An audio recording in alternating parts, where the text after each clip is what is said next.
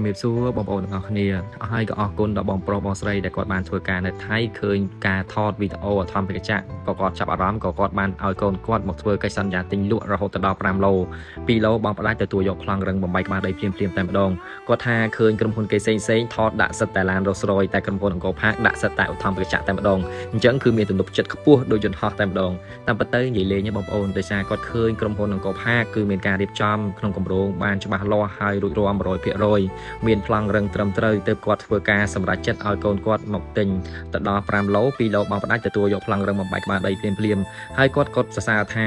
ការរៀបចំបានស្អាតប៉ុណ្នេះគាត់សឹងថាមិនជឿដែលមានដីទំហំ5 x 20 ម៉ែត្រតម្លៃ$2,500ហើយផ្ដល់ជូននៅប្លង់រឹងទៀតគាត់ក៏បានឲ្យកូនគាត់អញ្ជើញមកមើលគឺថាមានពិតមែនបងប្អូនហើយក៏គាត់បានថាការរៀបចំនៅគម្រោងនគរផាកក្រុមហ៊ុនខាងបងប្អូនគឺមានការរៀបចំបានស្អាតមែនទែនរួចរាល់ 100% តែម្ដងហើយតម្លៃដីមានចាប់ពី$2,500ឡើងទៅបងប្អូនហើយទីតាំងនេះគឺជាទីតាំងនៅជិតសាលារៀនវិទ្យាល័យស្រីវិបុលគេនៅចំចំណុចកណ្ដាលពលានហោះថ្មីនៅក្រុងសៀមរាបតែម្ដងអញ្ចឹងបើសិនជាបងប្អូនចង់ទិញដីដែលអាចចំណេញឬក៏ទុកកំផាតែថ្ងៃក្រោយបងប្អូនអាចមកទិញទីតាំងនៅគម្រោងកោផានេះបានព្រោះដោយសារទីតាំងគឺគេអភិវឌ្ឍមកខាងកើតក្រុងពលានយន្តហោះក៏នៅខាងកើតក្រុងដែរហើយតម្លៃគឺមានចាប់ពី$2,500ឡើងទៅទំហំមានចាប់ពី5 x 20 ម៉ែត្រឡើងទៅផ្ដល់ជូននៅប្លង់រឹងបែកក្បាលដីភ្លាមតែម្ដងសុវត្ថិភាពក្នុងការទិញ 100% ហើយថារចនាសម្ព័ន្ធនៅក្នុងគម្រោងគឺរៀបចំរួចរាល់អស់តែម្ដងទាំងប្រព័ន្ធលូទឹកភ្លើងលូរត់អីរួចជាស្រេចងាយស្រួលក្នុងការរស់នៅនិងល្អទិញទុកចំណេញតែម្ដងបងប្អូនផ្លូវមេគឺយើងចាក់ដោយបេតុងទំហំ25 ម៉ែត្រយើងមានជាផ្លូវទំហំ10 ម៉ែត្រ15 ម៉ែត្រ20 ម៉ែត្រនិង25 ម៉ែត្រជាផ្លូវមេចាក់បេតុងអញ្ចឹងបើសិនជាបងប្អូនចាប់អារម្មណ៍អាចអញ្ជើញមកមើលដល់ទីតាំងផ្ទាល់បានទីតាំងនៅភូមិព្រំកុដសង្កាត់បាឡាំងក្រុងរុនត្អែកដែលចូលសែនថ្មីជំរាបលាអតិថិជនទាំងអស់គ្នា